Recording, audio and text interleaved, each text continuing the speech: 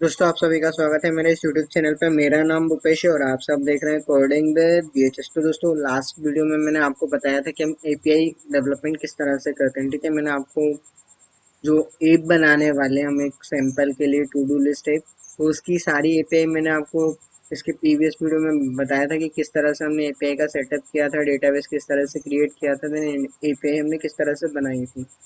ठीक है, तो ये दो तरह की एपीआई हमने बनाई थी, दो, एक तो यूज़र के लिए, एक नोड के लिए। ठीक है, तो अब आज हम इन एपीआई को इंटीग्रेट करेंगे अपनी एप्लीकेशन में। बट दोस्तों, यदि आप मेरे चैनल पे नए हो तो पहले मेरे चैनल को सब्सक्राइब कर लीजिए, बेल आइकन की घंटी भी दबा दीजिए, ताकि जो भी नेक्स्ट वीडियो मैं अपलोड करूँगा उसका नोटिफिकेशन आपको डायरेक्टली मिल जाएगा। तो दोस्तों, पोस्टमैन की हेल्प से अपन सारी एपीआई चेक कर रहे थे, जैसा कि मैंने आपको प्रीवियस वीडियो में बताया था कि किस तरह से हम इसका यूज़ करते हैं।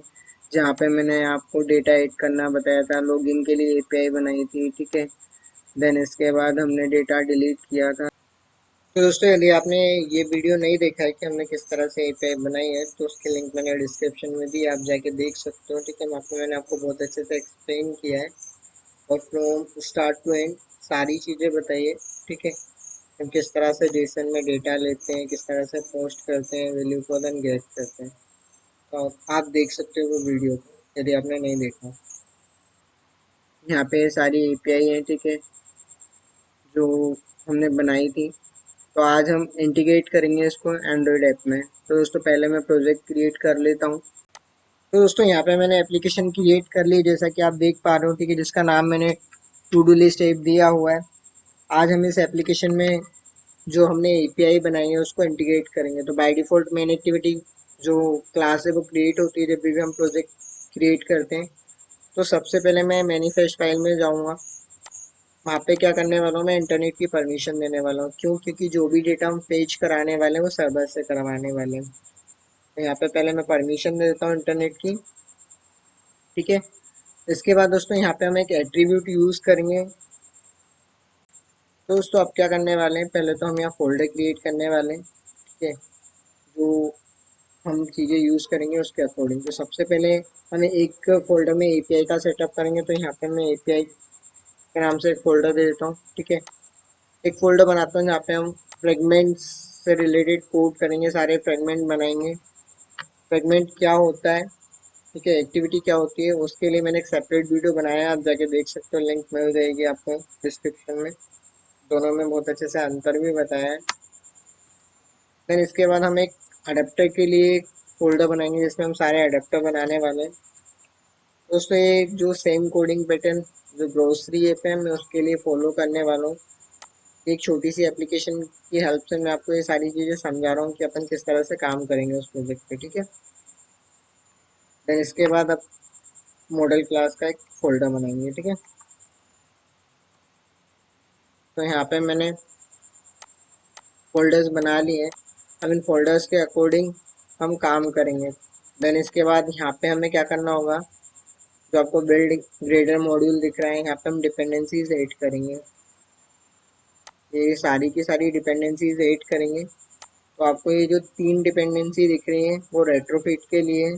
ठीक है, देन एक कन्वर्टर के लिए है, जो भी डेटा आएगा, और देन एक ओके एचटीटीपी की। तो ये तीन डिपेंडेंसी हैं जो जब हम डेटा को फेच कराते हैं सर्वर से तो उसके लिए। देन ये जो आप देख रहे हो एक डिपेंडेंसी बटन है, इसका यूज़ क्यों किया है दोस्तों, आप जब क्या करते हो, यदि आप एडिट टेक्स्ट व्यू यूज़ कर रहे हो, टेक्स्ट व्यू यूज़ कर रहे हो, देन उनकी जो आईडी होती है, ठीक है, यदि आप उनको एक जगह ही बाइंड करना चाहते हो स्टार्टिंग में ही, तो आप उस समय इस लाइब्रेरी का यूज़ कर सकते हो। आपको डबल से कोड नहीं लिखना पड़ेगा। मतलब जैसे हम एडिट टेक्स्ट लिखते हैं, फिर एडिट टेक्स्ट का नाम लिखते हैं, फिर उसको आईडी से बाइंड करते हैं। इसकी हेल्प से क्या होगा कि जहाँ आपने ऊपर लाइन लिखी है उसके जस्ट अपन नीचे आईडी के साथ उसको क्या कर सकते हैं, बाइंड करा सकते हैं। तो इसका किस तरह से यूज़ करते हैं वो भी मैं बताने वाला हूँ। मटेरियल डिज़ाइन के लिए एक डिपेंडेंसी हम यूज़ करने वाले हैं। ठीक है दोस्तों, तो इन सारी डिपेंडेंसीज को हम ऐड कर देते हैं। देन इसके बाद मुझे यहाँ सिंक करना होगा। तो हमारा यहाँ सिंक सक्सेसफुल हो गया है, जैसा कि आप देख लोगे, जैसा कि आप यहाँ देखोगे विंडो में। ठीक है, ठीक है दोस्तों। तो दोस्तों सबसे पहले अपन क्या करने वाले हैं, जो एपीआई का फोल्डर है उसमें एक इंटरनेट कनेक्शन चेक करने के लिए एक क्लास बनाएंगे, जिसके अंदर हम एक फंक्शन बनाएंगे, बुलियन फंक्शन, जो ये चेक करेगा कि इंटरनेट कनेक्ट है या नहीं। ठीक है, तो अभी मैं एक क्लास बना लेता हूँ। यहाँ पे मैंने एक क्लास बना ली है। ठीक है, और इसमें अपन एक फंक्शन बनाएंगे जिसका हम नाम दे देते हैं चेक कनेक्शन के नाम से। ठीक है, ये फंक्शन अपन ने बना लिया है। अब इस फंक्शन के अंदर अपन दोस्तों क्या करेंगे, इंटरनेट की कनेक्टिविटी चेक करेंगे। दोस्तों यहाँ पे जो एक इंटरनेट कनेक्शन क्लास होती है उसको हम रिटर्न करवाएंगे और उसके अकॉर्डिंग चेक करेंगे कि हमारा इंटरनेट कनेक्ट है या नहीं। ठीक है, जैसा कि आप देख पा रहे हो, लास्ट टाइम मैंने आपको बताया भी था कि इस क्लास का हम किस तरह से यूज करते हैं। और यहाँ पे हम क्या लेने वाले हैं, देन इसके बाद अभी ये क्या बोल रहा है हमसे। ठीक है, इंटरनेट परमिशन हमने दे दी है। तो ये हमारा एक फंक्शन बन गया है जिससे हम इंटरनेट चेक करेंगे कि हमारा इंटरनेट कनेक्ट है या नहीं। अब इसके बाद दोस्तों हम इसमें क्या करने वाले हैं, रेट्रोफिट का यूज़ करने वाले हैं। तो पहले हम एक रेट्रोफिट का सेटअप करने के लिए एक क्लास बना लेते हैं जिसका हम नाम देंगे रेस्ट क्लाइंट के नाम से। ठीक है दोस्तों, अब हम एक क्लास बनाएंगे जहाँ पे हम रेट्रोफिट का जो सेटअप करने वाले हैं। ठीक है, तो उस क्लास का नाम मैं दे देता हूँ पहले, जिसके अंदर हम रेट्रोफिट का सेटअप करेंगे, रेस्ट क्लाइंट। ठीक है, कि हम रेस्ट एपीआई के जरिए डेटा फेच कराएंगे और जिसमें हम क्लास यूज़ करने वाले हैं, जो डिपेंडेंसी हमने लगाई है रेट्रोफिट की। ठीक है, तो अब दोस्तों इस क्लास के अंदर हम क्या करेंगे, कुछ फंक्शंस बनाएंगे, गेट, पोस्ट, और जो रेट्रोफिट के लिए हम एक फंक्शन बनाएंगे जो डेटा आएगा हमारा, ठीक है, वो हमको फेच करके लाके देगा। एचटीटीपी रिक्वेस्ट के लिए हम इसमें ऑब्जेक्ट बनाने वाले हैं रेट्रोफिट का। ठीक है दोस्तों,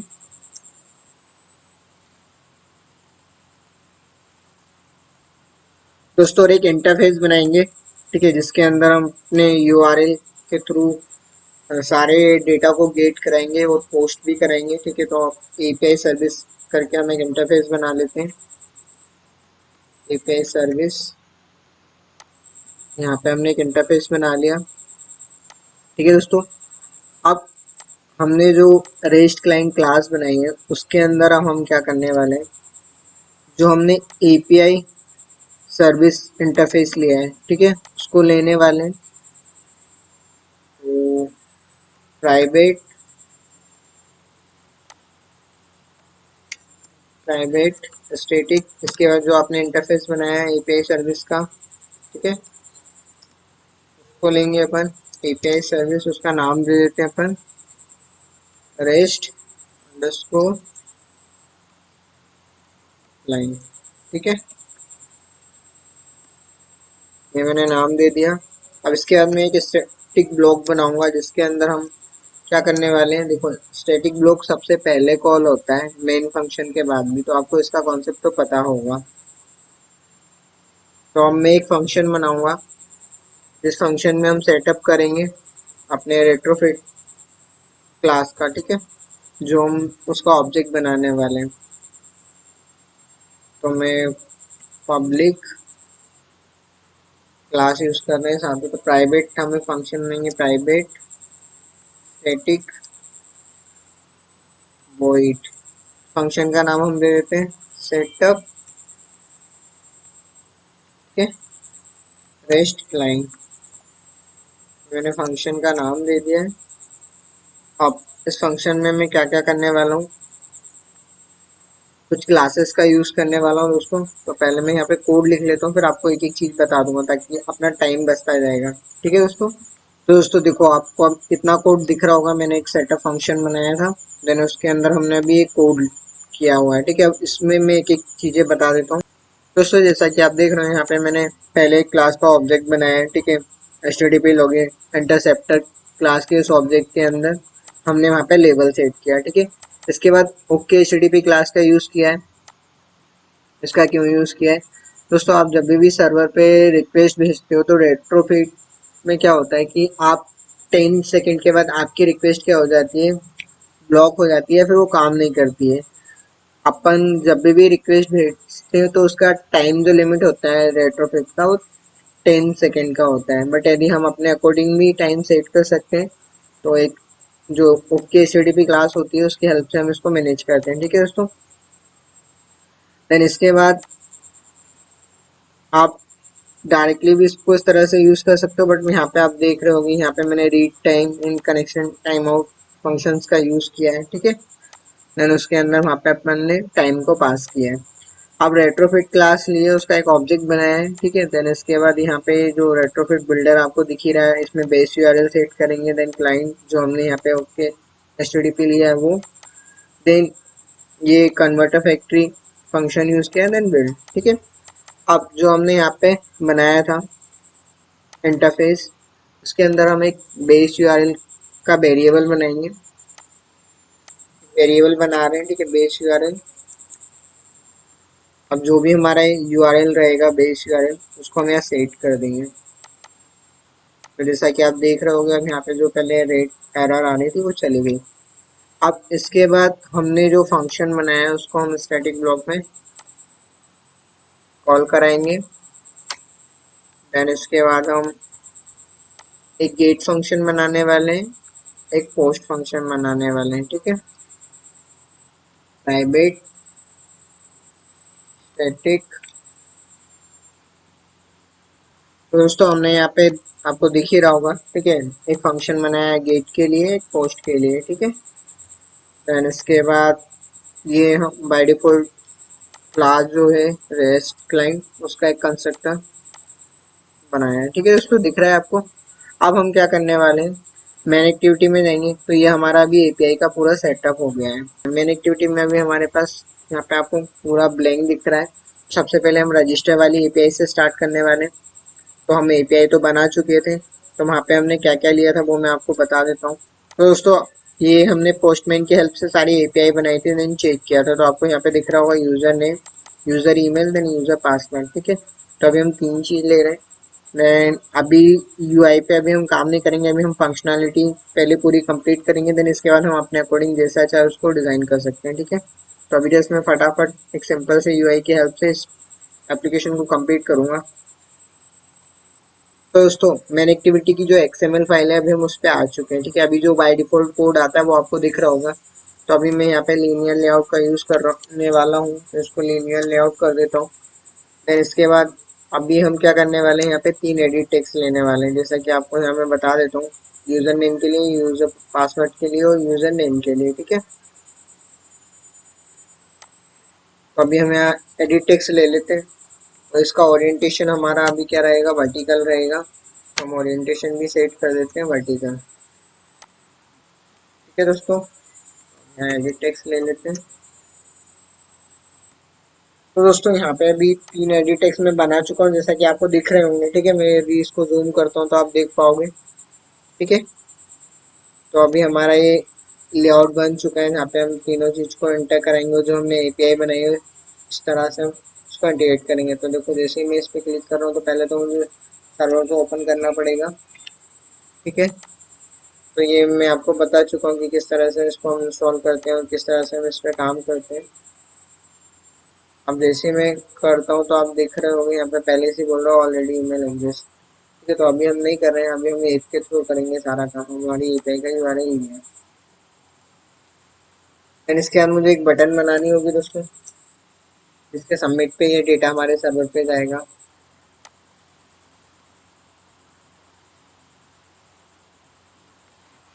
तो दोस्तों यहाँ पे मैंने एक बटन भी बना ली जिसके सबमिट पे हम डेटा क्या सर्वर पे पहुँचाने वाले हैं। ठीक है, सबमिट की जगह हम रजिस्टर लिख सकते हैं, यहाँ पे मैंने रजिस्टर लिख लिया है। ठीक है दोस्तों, मैं इसको मेन एक्टिविटी में बाइंड करने वाला हूँ इन चारों चीज़ों को। ठीक है, तो दोस्तों हमने यहाँ पे जो बटन नाइफ की एक डिपेंडेंसी यूज़ करी है उसकी हेल्प से हम आईडी को बाइंड करेंगे। ठीक है, तो बटन नाइफ को किस तरह से हम यूज़ करते हैं, तो यहाँ पे पहले मैं बाइंड व्यू लिखूंगा, देन इसके बाद जो आईडी हमने वहाँ पे दी है जैसे यूज़र ईमेल। ठीक है, देन इसके बाद हमें यहाँ पे एडिट टेक्स्ट लिखना होगा, देन हम जो भी उसका नाम देने वाले यूज़र ईडीटी। ठीक है, तो ये हमारा हो गया। इसी तरह से अब इसमें क्या फ़ायदा होता है दोस्तों, यदि आप इस लाइब्रेरी का यूज़ करते हो तो देखो यहीं पे हमने आईडी को बाइंड कर दिया। जिस हमें अब जो हमारी ओन क्रिएट मेथड है उसमें नहीं लिखना होता, मतलब हमारे से जो लाइन ऑफ कोड है वो बच जाता है, थोड़ा डबल डबल काम नहीं करना होता है। हम इसी तरह से मैं तीनों को कर देता हूँ। यहाँ पे यूज़र नेम आ जाएगा हमारा, ठीक है, ये हमारा आईडी में यूज़र पासवर्ड आ जाएगा।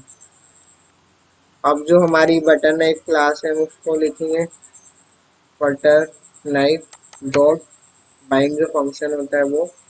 फिर इसके बाद दिस, मतलब करेंट कॉन्टेक्स्ट पास कराना होगा हमें, ठीक है। तो हम इस तरह से हमारा जो बाइंड का हम काम कर देते हैं ऑन क्रिएट में, वो हमारी लाइन बच जाएगी और वो सारी चीज़ें अब बाइंड हो चुकी है ऊपर ही, ठीक है। इसके बाद हमें एक बटन और लेनी है, तो यहाँ पे हम बीटी बटन लिखेंगे। फिर जो बटन की आईडी हमने अभी दी नहीं है शायद, अच्छा दी, बटन की आईडी से बाइंड कर देंगे, ठीक है। रजिस्टर बीटीएन, ठीक है। तो हमने चारों को बाइंड कर लिया दोस्तों। अब हम क्या करने वाले हैं, रेट्रोफिट की हेल्प से हम अपने डेटा को सर्वर पे भेजेंगे। तो उसके लिए पहले हम एक फंक्शन बना लेते हैं रजिस्टर यूजर के नाम से, फिर पब्लिक वॉइड, देन इसके बाद रजिस्टर यूजर। ये फंक्शन बन चुका है, ठीक है दोस्तों। अब इस फंक्शन में हम रेट्रोफिट का कोड करेंगे।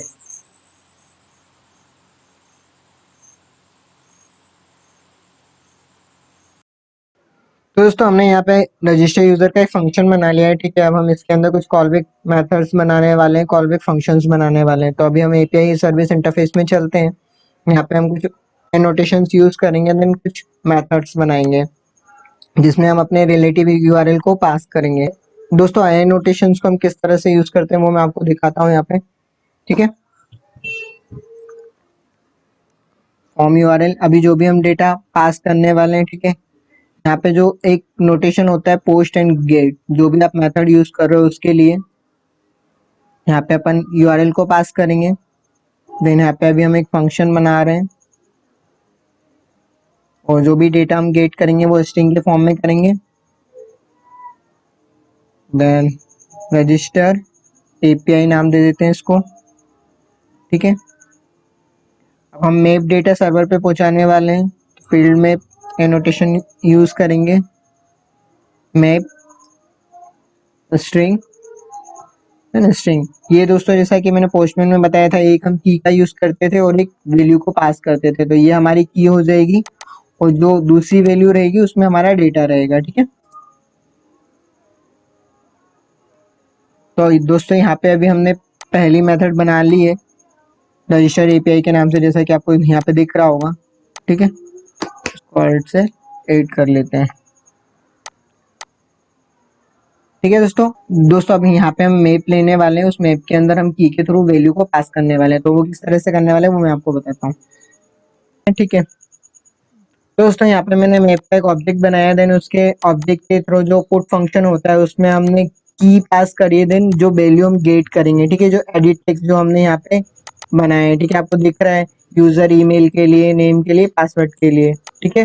तो उन एडिट टेक्स्ट से हम वैल्यू को गेट करेंगे और इस मैप के ऑब्जेक्ट में हम पास करेंगे, ठीक है। और ये क्या चीज है, तो दोस्तों जैसा कि पोस्टमैन में मैं आपको चेक करके बताया था कि एक की होती है और एक वैल्यू होती है। तो दोस्तों यहाँ आपको यूजर नेम दिख रहा है, तो यही सारी की हमने इस मैप में यूज किए, user name, user email, user password, ठीक है। तो दोस्तों ये जो रजिस्टर यूजर जो हमने मेथड बनाई है, ठीक है, इसमें हम कुछ कॉलबैक फंक्शंस होते हैं रेट्रोफिट के, उनको यूज करने वाले हैं। तो सबसे पहले जो एपीआई सर्विस है उसके अंदर जो हमने मेथड बनाई है उस मेथड को कॉल करना पड़ेगा, ठीक है।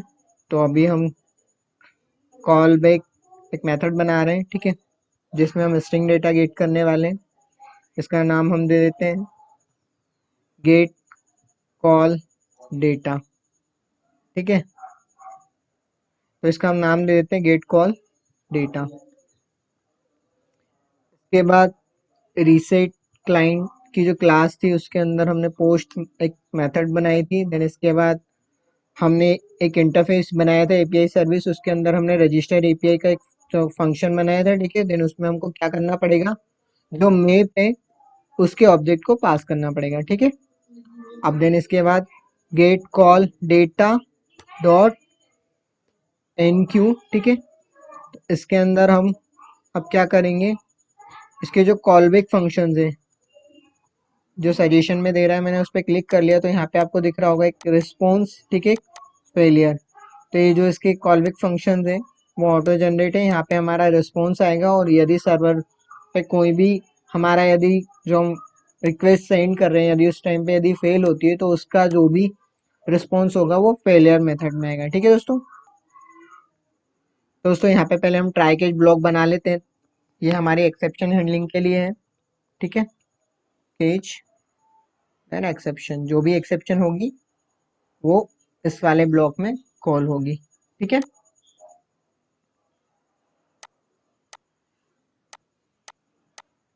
देन यहाँ पे हम चेक करेंगे इफ हमारा जो रिस्पॉन्स है यदि वो सक्सेस होता है, इज सक्सेसफुल, ठीक है, एक फंक्शन होता है तो ही हमारी if के अंदर वाली कंडीशन काम करेगी, ठीक है। अब हम इस रिस्पॉन्स को गेट करेंगे जेसन ऑब्जेक्ट क्लास से। मैं आपको बता चुका हूँ कि डेटा को हम किस तरह से पास करते हैं प्रीवियस वीडियो में, ठीक है। तो जेसन ऑब्जेक्ट क्लास क्या होती है, जेसन एरे क्लास क्या होती है, उसका मैंने बहुत अच्छे से आपको डिस्क्राइब किया हुआ है इसके पुराने वीडियो में, मैं लिंक भी दे दूंगा आपको डिस्क्रिप्शन में। तो दोस्तों JSON object class then JSON array class क्या होती है, मैंने प्रीवियस वीडियो में आपको बताया है, आपको लिंक डिस्क्रिप्शन में मिल जाएगी, आप देख लीजिएगा। ओबीजे इसका एक ऑब्जेक्ट बना लेते हैं, देन न्यू जेसन ऑब्जेक्ट। तो दोस्तों हमने यहाँ पे रजिस्टर यूजर का जो फंक्शन बनाया है, ठीक है।